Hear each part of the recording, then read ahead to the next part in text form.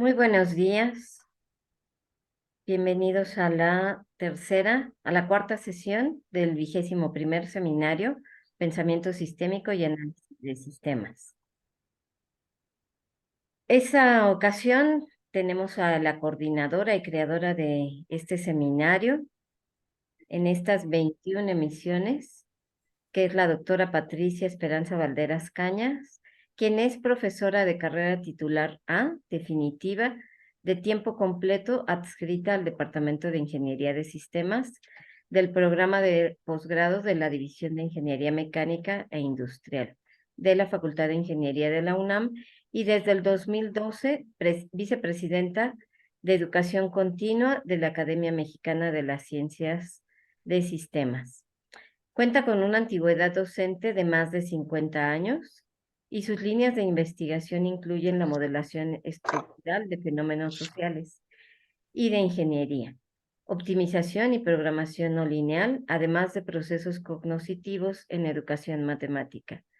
Algunos de sus proyectos son modelación de fenómenos dinámicos, formación matemática de profesionales en ingeniería, optimización combinatoria y teoría de inventarios. Junto al doctor Gabriel Sánchez, fue coordinadora del libro Ingeniería de Sistemas, Investigación e Intervención de octubre del 2011, así como de el libro Ingeniería de Sistemas, Metodología y Técnicas de noviembre de 2015 y del título en inglés Problem Solving in Operation Management de 2021.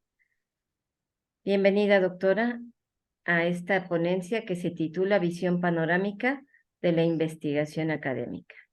Adelante. Gracias, muchas gracias.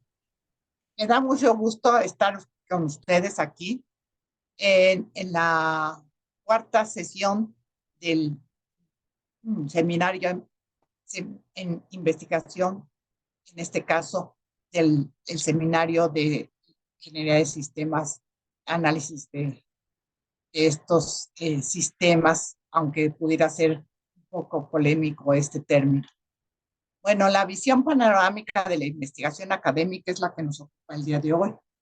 Voy a saltarme algunas cosas posteriormente referidas a los libros, porque ya los mencionó esta Rosa Laura, la maestra. Entonces, no quisiera tomar mucho tiempo.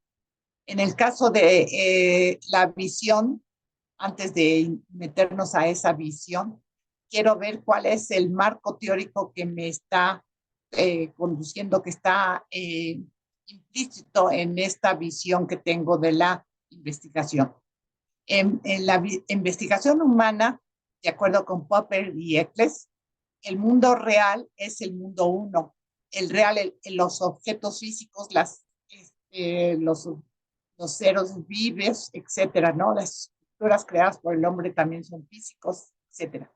Mientras que la mente del que aprende compone al mundo dos, y esto contiene tanto los estados mentales individuales como los estados del pensamiento consciente, así como sus disposiciones psicológicas y estados inconscientes de los individuos. Y el mundo 3 es el cuerpo de conocimiento que está agrupado en todas las bibliotecas, dispositivos, etcétera, que contiene el mundo objetivo producto de la mente humana, entre otros elementos, el conocimiento proposicional relacionado con las explicaciones causales, el conocimiento compartido, así como el arte, música y la literatura, entre otros. De manera diagramática podemos ver este esquema en donde están interactuando estos tres mundos, y por eso el enfoque sistémico es parte de este gran panorama. Desde la perspectiva del que aprende, al mirar sobre el mundo real, el que quiere analizar, estudiar, cambiar, etcétera, lo que hace es una acción social, pero a su vez ese mundo uno retroalimenta a este que aprende vía digamos, lo que aprende del mundo real. Y desde la perspectiva del cuerpo de conocimientos humanos, con fines de instrucción se hace un recorte de aquí, traducido en programas y planes de estudios, para que el que aprende se apropie de ellos. Y a su vez, el que aprende y que también investiga y desarrolla y crea, pues le retribuye al mundo del conocimiento humano esta parte que es la que hace teoría. En este sentido, se hace un teorismo en el sentido del mundo hacia el que aprende. Pero en ingeniería nosotros estamos más interesados en la investigación aplicada, vía desde luego la tecnología y la acción tecnológica. De manera que este doble procedimiento, así todo completito, es un doble procedimiento hermenéutico, ¿sí? Y en este caso es digamos, el fundamento filosófico que me permite tener esta visión. Desde luego, esto se traduce en términos de enseñanza a nivel de educación superior, de acuerdo a Kemper y citado en Lang y Coase, como una posible forma de concebir a la enseñanza mediante varias dimensiones y centrado primeramente en el profesor, orientado hacia el contenido, hasta que paulativamente se centra en el estudiante y está orientada hacia el aprendizaje.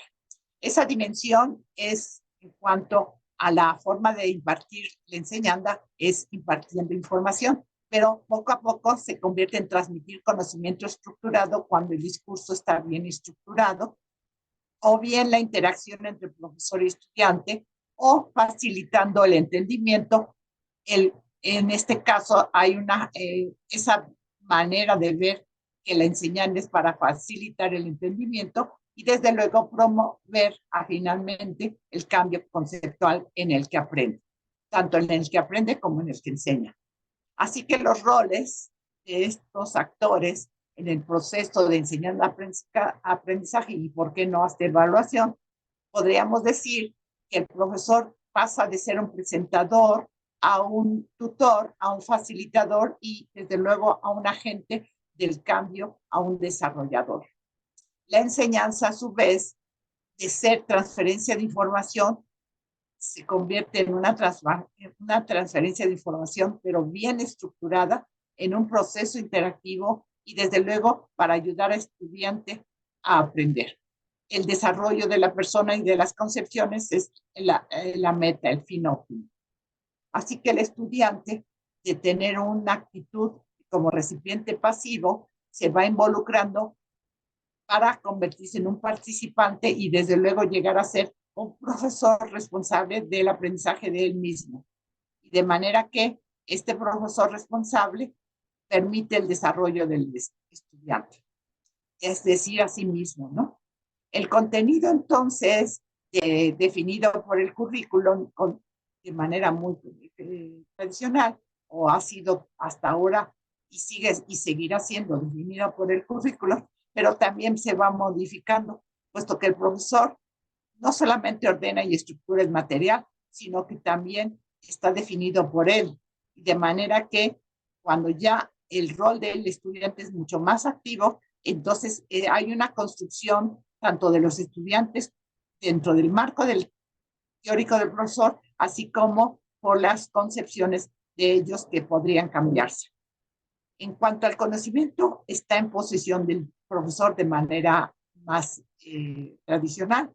Poco a poco se va haciendo la interacción de manera que los estudiantes descubren, pero dentro del marco teórico del profesor, y sigue siendo construido por los estudiantes. De manera que al final, en esta visión que está hasta este año de 2001, está socialmente construido.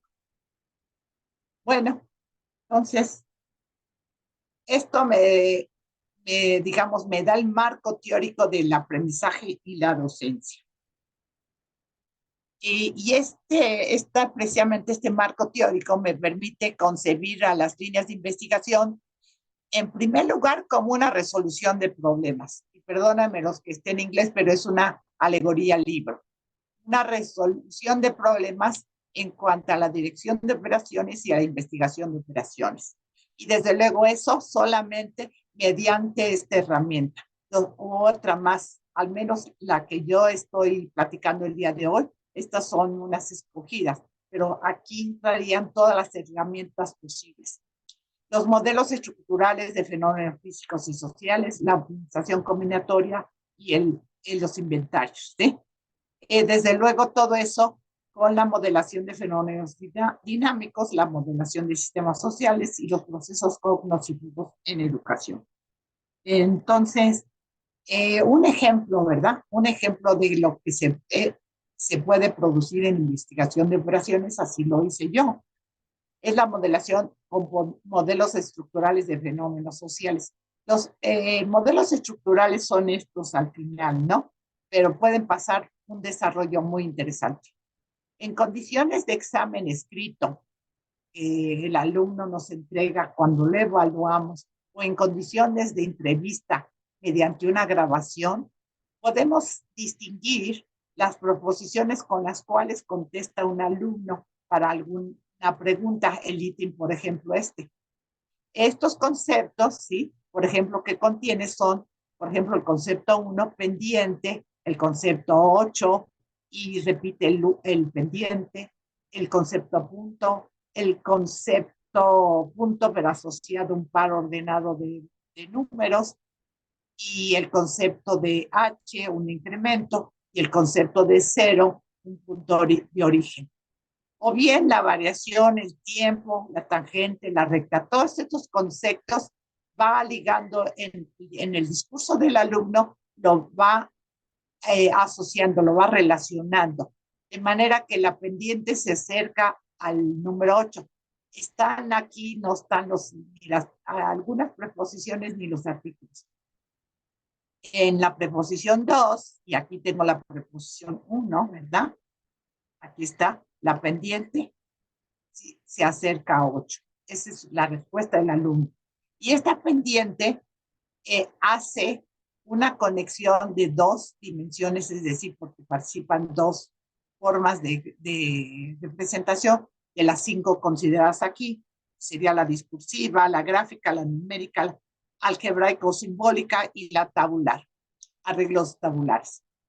Entonces, de 2 a 2 puede relacionarse D con S cuando está el discurso asociado con el número simbólico o el numérico, por ejemplo, o el tabular, o entre un número y un símbolo, ¿sí? De varias formas. Bueno, en este ejemplo, les damos la ilustración de qué conexiones de dos dimensiones están y que están ligadas aquí. Por ejemplo, no necesariamente coincide este diagrama completo con esta parte, sino con todas las que pudo haber dado este participante. Entonces, lo discursivo está conectado con lo gráfico, ¿no? ¿Sí? Aquí está conexión 2 veces. Lo numérico está conectado con lo tabular, ¿sí? Aquí está. Y lo simbólico con lo tabular también, aquí está, etcétera. Antes de llegar a esto, después de tenerlo contestado, más bien representado con esta cuadro de secuencia de proposiciones entre conceptos y relaciones, y representarlo en unas redes pues de conceptos, ¿no? Conceptos con sus conexiones, sea puntos y aristas, ¿no? Entonces, desde luego no son puntos, sino son objetos, son los sustantivos, los conceptos en sí, y que de aquí se construye gracias a porque si la representación horizontal me dice que hubo 10 proposiciones, entonces en la 1 conectó el discurso con el símbolo. El discurso es pendiente y con un símbolo o que podría ser una alfa, una beta, una X, o bien un número cualquiera. Y así me va dando el desarrollo del discurso en términos de conexiones, de manera que esta me da en total no la dinámica, por decirlo así, sino el conjunto global de las conexiones, y están sombreadas en gris para simbolizar una de 3 dimensiones, como podría ser NST. ¿sí? Aquí está la tridimensional o la DGS. DGS, desde luego que estaría corregido DSG en este orden, y así sucesivamente. Bueno, eso permite ver la calidad de la respuesta en términos de un criterio que es la respuesta del profesor. Pero, ¿cómo está estructurado el material con el cual, el instrumento de investigación con el cual se recolecta esa información? Bueno, de manera muy esquemática y viéndolo holísticamente, la estructura temática del instrumento de investigación sobre la demanda potencial de representaciones, documentado en Valderas en 1998, la tesis doctoral. Me dice así, la variación es el punto de partida, ¿no? Esa variación de datos discretos con diferentes representaciones y los ítems, son estos números de 2 puntos, tiene que ver con la variación proporcional como una aproximación lineal o como un modelo continuo o aproximación cuadrática o como aumento, disminución, incremento, decremento. Y estas a su vez se apoyan o trascienden hacia la velocidad promedio como la razón de cambio promedio con los diferentes claves de las preguntas y el proceso de límite con diferentes preguntas. Desde luego, en una segunda parte, esta es la primera parte del material, una segunda parte tiene que ver con un problema de la salida, la trayectoria que sigue el agua al salir de una manguera con el fin de regar un árbol, por ejemplo, ¿no?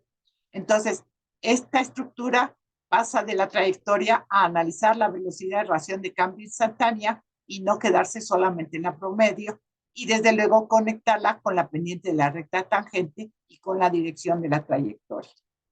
Bueno, esto es, digamos, una reflexión que quizás tengamos la posibilidad de hacerlo y que sería obligado para cualquier instrumento de cómo estamos enseñando, si de manera estructurada o no. Bueno, todo esto nos llevó, esta visión de la educación, era la parte de contribución, los productos, la investigación de operaciones, pero en el área de la educación.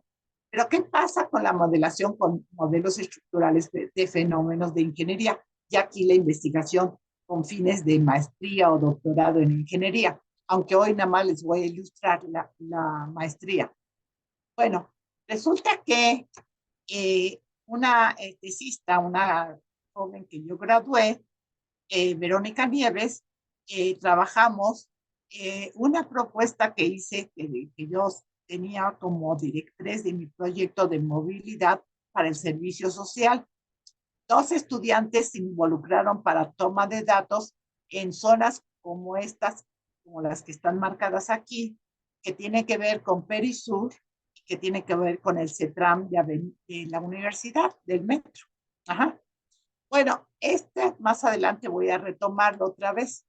Y desde luego, no fue el único ámbito de investigación. Podremos ver, puede ser, digamos, transporte, eh, vías públicas, vías privadas, o marítimas o aéreas, etcétera.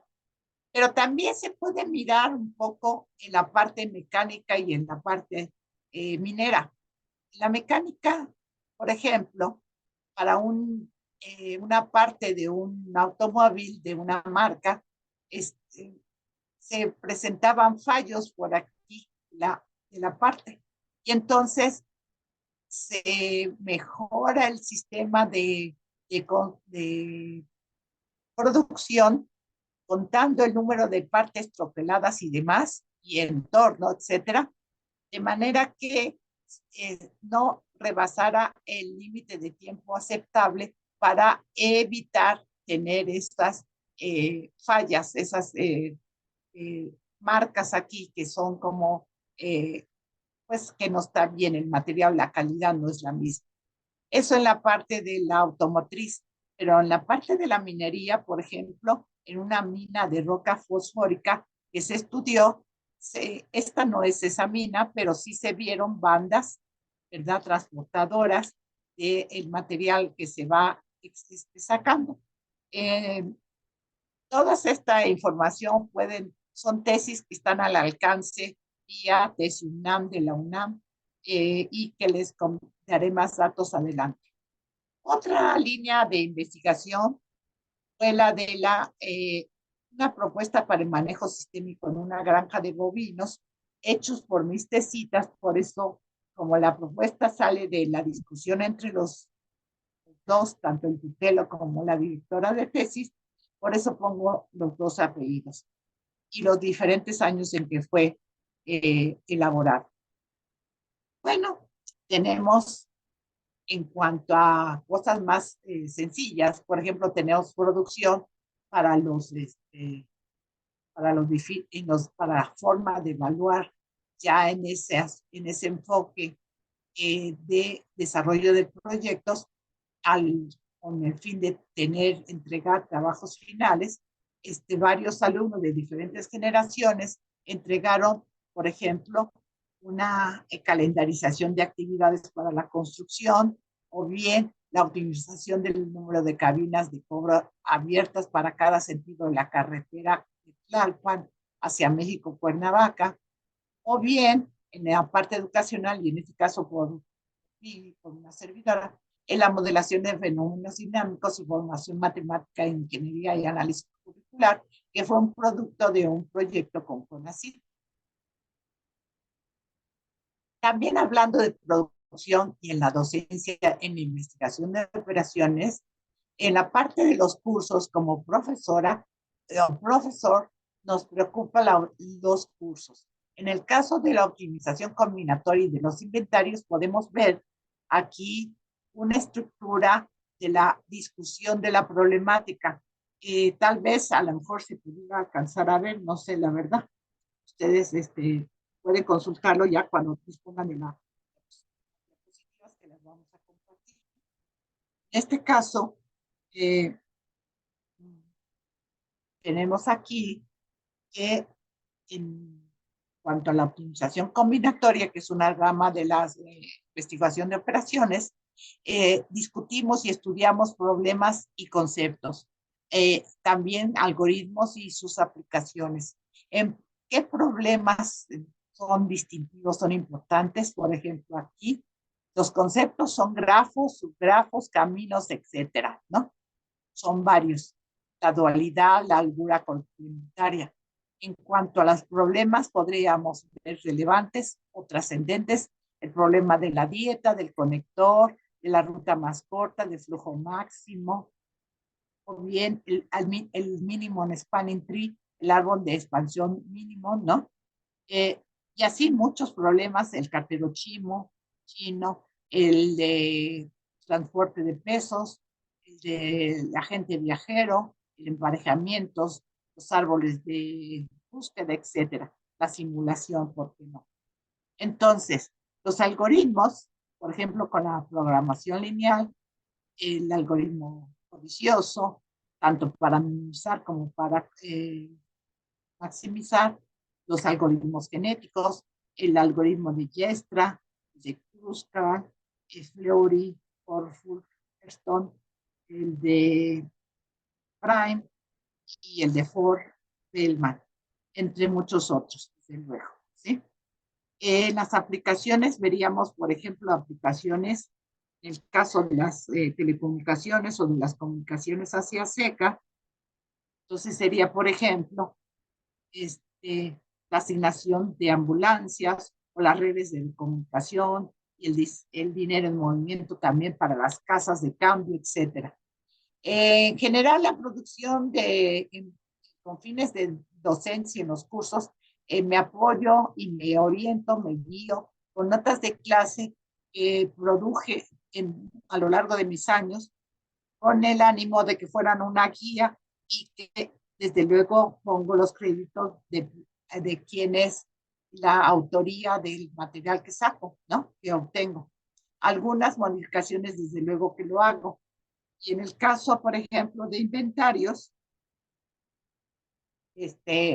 ahorita vamos a ver, el caso de inventarios, me regreso un poquito, en el caso de inventarios, las notas de clase se ven como estas y una curva muy conocida como es la curva de los gastos totales variables, los costos totales variables, sumándole pues los costos por adquirir, los costos por ordenar y por mantener. Desde luego, las formulaciones para el caso en el que tengamos por descuento por pedido con sus respectivas formulaciones matemáticas. Entonces, en otras áreas de la investigación de operaciones, por ejemplo, en estadística y en series de tiempo, la producción puede estribar no solamente las notas de clase, desde luego que las hay, sino en los exámenes diagnósticos en los que queremos sondear cómo vienen mis alumnos, ¿no? En un diagnóstico, en la página número 5, está esta pregunta y su respuesta, ¿no? Entonces, se espera una correlación positiva, es decir, entre más grande es la distancia entre el domicilio y la empresa donde trabaja la persona, mayor es el retraso, esto es. Tenemos una asociación de esta naturaleza con este parámetro. Y algunos datos dispersos, aquí los ven aquí, son poquitos, nada más con fines de ilustrar. Y también podemos hacer, el interés es que si se desea comprobar la regularidad de un dado, para lo cual se lanza varias veces y se registra cuántas veces se obtienen los resultados, por ejemplo, cuál es la frecuencia y cuál es lo que queda hacia arriba, el 1, el 2 o el 6. Y entonces ahí se hace una regresión, desde luego. Bueno, en cuanto a las series de tiempo, un posible manejo es con páginas web que ahora hay muchas y muy bonitas y muy amigables. Aquí nada más estoy poniéndolo no con el ánimo que lo lean acá, sino que se oriente la discusión. Puede ser que los datos les transformemos. Aquí hay una transformación hecha con Excel o hecha con Maple. En el caso de arriba, aquí tengo la dispersión de los datos con Excel en este caso con Excel y con Maple. Aquí hay una curva de ajuste eh, poligonal, podríamos llamarla. Desde luego, cuando se le quita la tendencia lineal, pues se va a ver así, se va a conservar solamente la estacionalidad. En términos de Excel se nota la estacionalidad, mientras que en Maple no se nota. Ahora, esta forma de quitar la estacionalidad me permite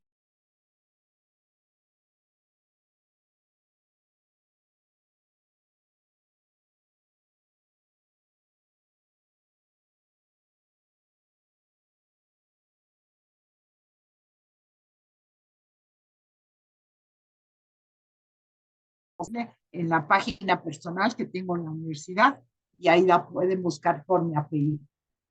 En cuanto a la producción en educación, también, por ejemplo, esta producción tiene que ver con los procesos cognitivos en educación matemática, tanto en la representación, visualización, razonamiento visual y resolución de problemas, entre otros.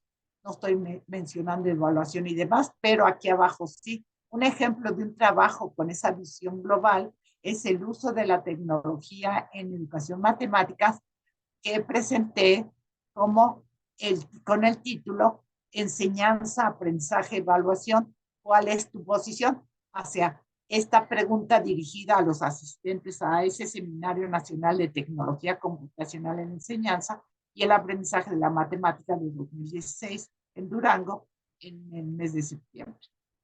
Bueno, pasemos ahora a ver este texto.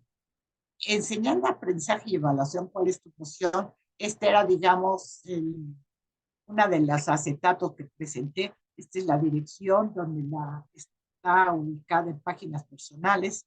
Y desde luego, que se puede, una vez que lo actualice, se puede descargar. Y seguimos hablando de los procesos cognitivos en la educación matemática, la representación, la visualización. Todo eso, ¿por qué razón? Bueno, pues básicamente porque son los productos de tener cierta posición filosófica. Y más allá en relativos con la probabilidad. Podríamos tener aquí, por ejemplo, en una presentación que tuve en un seminario en la Universidad de Granada, con, los, con el profesorado de educación, pues era estar viendo la propuesta de cómo elaborar material para evaluar hasta cierto punto estas cuestiones. Por ejemplo, a nivel escolar elemental, podemos tener dos sistemas de representación. Por una parte, las frecuencias de las alturas de 1000 alumnos, es decir, 1, 2, 3000 alumnos presentadas en una lista de datos y concentradas de manera que se pueda producir un gráfico. En este caso, la tarea sería iluminar un rectángulo adyacente a la altura 99 para completar una región de área igual a la que componen los rectángulos de alturas 4, 23, 65, 70 para el concepto de equiprobabilidad. Eso en el nivel elemental, mientras que en el básico la tarea consiste en lo mismo, pero el histograma, ¿no? Estamos verificar en los eventos de tener una altura entre 152 y 160 centímetros o tener una altura entre 168 y 172 centímetros visto en el eje vertical. Entonces, son equiprobables mediante la comparación de las áreas correspondientes a las dos regiones sombrales. Desde luego, los intervalos de altura están marcados aquí y acá es la probabilidad. En el semestre, en el nivel medio superior, las frecuencias relativas de las alturas de 1000 alumnos también seguimos. Se les pide ahí construir un polígono de frecuencias con base en la anterior, un polígono, ¿verdad?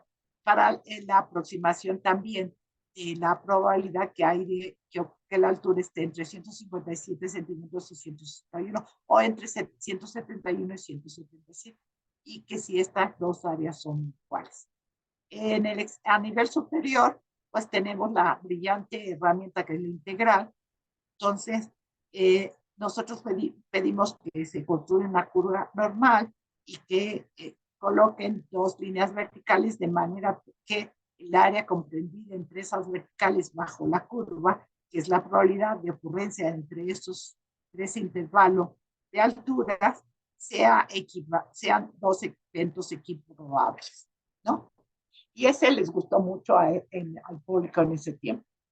En cuanto a la evaluación del logro de estadístico de estudiantes de maestría en ingeniería, en otro evento, yo les presenté mediante el desarrollo de proyectos como los que ya les platiqué, el carretero, el vial y el de la granja de ovinos, pues les hice un análisis y les puse el siguiente resumen. El problema de evaluar el aprendizaje como un proceso multidisciplinar, que lo tomé de la lectura ya presentada, en particular el aprendizaje de estadística y evaluar el entendimiento conceptual de ideas estadísticas de ellos, suele hacerse mediante la resolución de problemas más o menos ingeniosos o creativos que evalúan,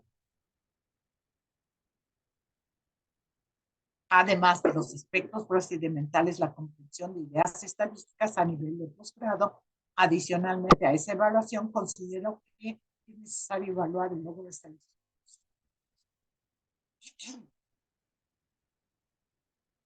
En proyectos de clase que se desarrollan a lo largo del semestre, y ahí hay varias publicaciones al respecto, de modo que los estudiantes tengan oportunidad de entender y utilizar ideas. Diseño del proyecto, así como el del desarrollo a través del monitoreo que se hace cuando los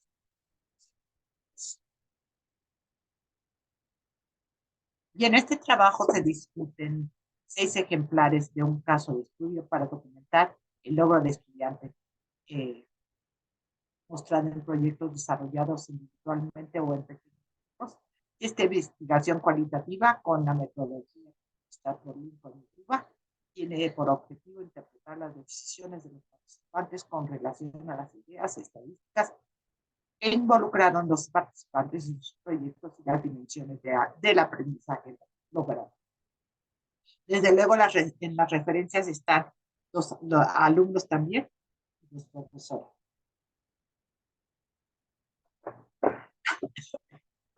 En cuanto a la producción de libros y en esas líneas de investigación, una primera es el libro de Springer.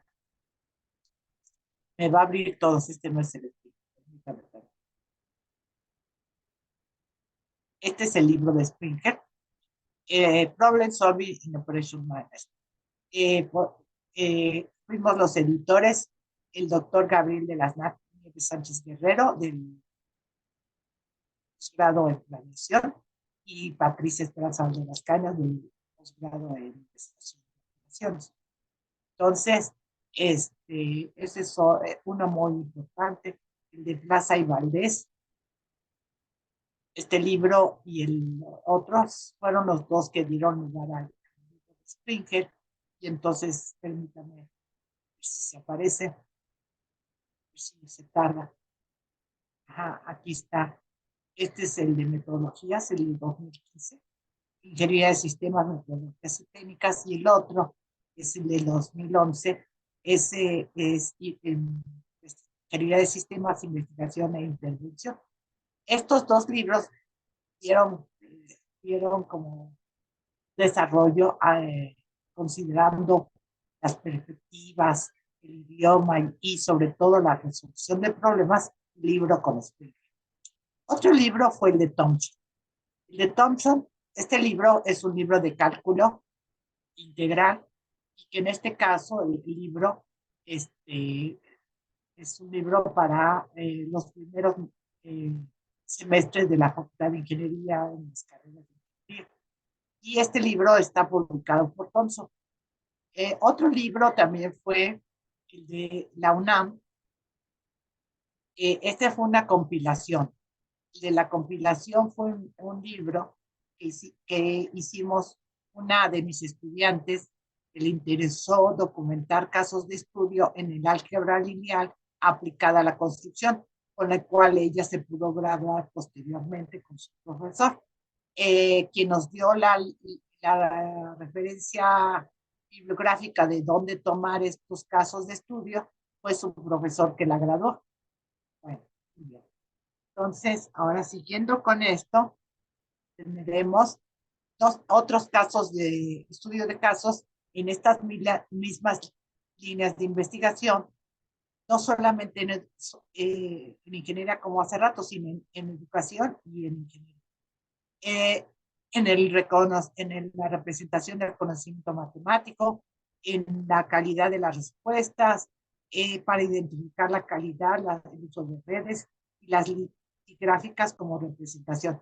Todas ellas contenidos en los libros ya propuestos y en las tesis que he producido. Y un artículo es la estimación de tiempo de viaje, lo que toma el viaje para una propuesta de ruta adicional en el Metrobús que conecte la parada del Metrobús con la del metro de Universidad. Ya les había comentado. Esa producción de artículos son diversos eventos. Por ejemplo, los eventos son en el caso del libro, en el Problem Solving Operation. El caso de eventos sería, por ejemplo, en la 30 Conferencia Europea en Investigación de Operaciones en Dublín, Irlanda, o bien en el 13º Seminario de Pensamiento Sistémico anteriormente. En el caso de Valencia fue el mismo evento de la 29 Conferencia Europea de Investigación Operativa, o Investigación de Operaciones, denominada Euro 2018. Desde luego, en este seminario de pensamiento sistémico, en 2018, fue la modelación con gráficas en el acceso al conocimiento. ¿Qué producción de tesis defendida se puede encontrar y que son el documento o evidencia de la investigación académica? Pues la representación, en mi caso, la representación y el razonamiento visual en enseñanza de la matemática, como una tesis de doctorado, adquisición de conceptos de cálculo con apoyo de la graficación en computadoras, maestría, o bien propiedades topológicas invariantes bajo clases de funciones continuas de licenciatura. Todas ellas disponibles en TESI UNAM. Y los alumnos. Ahora, los alumnos, pues, con la dirección de uno y con la tutoría de su comité, que se compone por lo menos de 3, para la hora de la defensa de la tesis. Tendremos aquí, por ejemplo, Venus Salazar tiene la propuesta para optimizar el inventario y la entrega de medicamentos. Rubén Ochoa es la gestión y simulación de suministro en una red de autoservicios. Gloribedia Priego sería la propuesta de gestión de inventarios y planificación de requerimientos de materiales. El caso de una empresa productiva en la Ciudad de México, sobre todo todavía con la pandemia que se inició en 2020. En 2020, precisamente, David Mares, con el desarrollo de redes de servicios de salud como herramientas de IDO para la Secretaría de Salud. En el 2020 también, Verónica Nieves, el modelo de simulación para documentar la realidad de una propuesta cuyo objetivo es reducir el congestionamiento, que ya les mostré la esencia de la propuesta. 2019, Venus Méndez Salazar, que acá fue el tesis de maestría, aquí es tesis de licenciatura, fue una propuesta para optimizar el inventario y la entrega de medicamentos en una institución de salud pública mexicana. Y en 2018, David González, la optimización de un proceso de manufactura de partes automotrices. Ya les mostré una de las partes que mostró que tenían defecto. Ricardo Santana, propuesta para el manejo y control óptimo de inventario, el caso de una farmacia en la Ciudad de México, que tenía la farmacia como tres construcciones, 3 tiendas, y esa razón social. En 2017, Rey Noé García Belino trabajó su tesis de licenciatura, aplicación de pronósticos y utilización de inventarios para reducir los faltantes de medicamentos en una clínica de medicina familiar. Tanto la de Venus como la de Noé fueron hechas en el mismo tiempo, eran alumnos de la Facultad de Ciencias y estos son ya a nivel de maestrías en ingeniería. Otra tesis la tesis de Lourdes, que es la propuesta para el manejo sistémico de una granja de ovnos, y ya vimos una fotografía. En el caso de Roberto Romero Martínez, es una propuesta de asignación presupuestal y calendarización para proyectos de verificación de calidad en carreteras federales. Y conforme a esa calendarización se hace la administración de los recursos.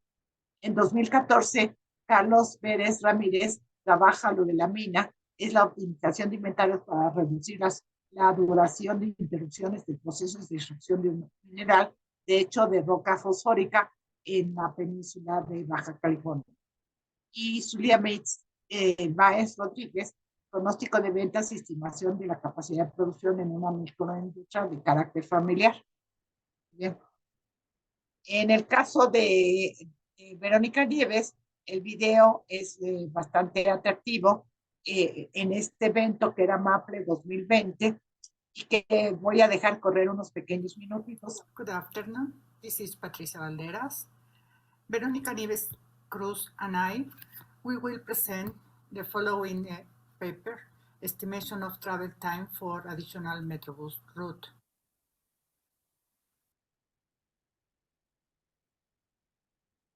We present some results of the research with application case study format of a simulation model. The simulation model was developed with Maple tools. The main objective was to estimate the travel time for the proposed extension on the Metrobus line, considering the travel time between 2 adjacent stations, the waiting time at each station, and the waiting time and intersection with traffic lights. The agenda for this presentation is Introduction to the Study Context, the Connection Proposal, the Simulation Model, Result Discussion, and Conclusions. Urban mobility is closely related to the daily movement that people need to carry out to achieve comprehensive development involving the movement of people and goods from one place to another. Currently, most people use public transport system as the main option for transportation. So the growth and urbanization of many regions demand accessible and efficient public transport systems that allow their comprehensive development. However, there are several factors that impede suitable operation of public transport units, harming urban mobility. Some of these factors are existing imbalance between user demand and available offer, lack of adequate infrastructure for the operation of public transport units, interaction of public transport units with private vehicles of independent travelers, which many times cause areas of vehicular congestion. Continuando con la parte de las diapositivas, ese video se hizo para presentar de manera virtual en la conferencia MAPLE 2020. Del 2020, no se asistió presencialmente, sino fue virtual. En este caso les presenté este video, una parte del video. Entonces, si les interesa más, pueden dirigirse a mí con mi correo electrónico para decirles dónde lo pueden enviar. En la parte de la organización y conducción del seminario como actividades que culminan para presentar resultados de investigación, con fines de docencia o con fines de vinculación académica con otras instituciones, el pensamiento sistémico ha tenido como meta la interacción entre el público y el intercambio de ideas y de comentarios, pensamientos acerca de los diferentes problemas que se discuten en relación a la ingeniería de sistemas y desde luego con carácter de pensamiento sistémico. Yo como presidenta de la Academia Mexicana de la Ciencia de Sistemas, y agradezco mucho al doctor Arturo López, que me otorgó este nombramiento, y la invitación provino del doctor José Jesús